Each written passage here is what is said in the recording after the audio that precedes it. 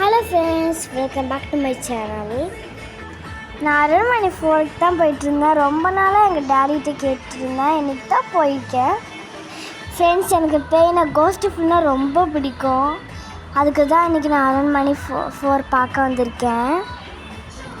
See that. ரொம்ப எக்ஸைட்மெண்ட்டாக போகிறேன். எப்படியும் நான் தேட்டருக்குள்ளே வந்தாச்சு ஃப்ரெண்ட்ஸ். பார்த்தீங்களா, படம் போட போகிறாங்க. I am so happy.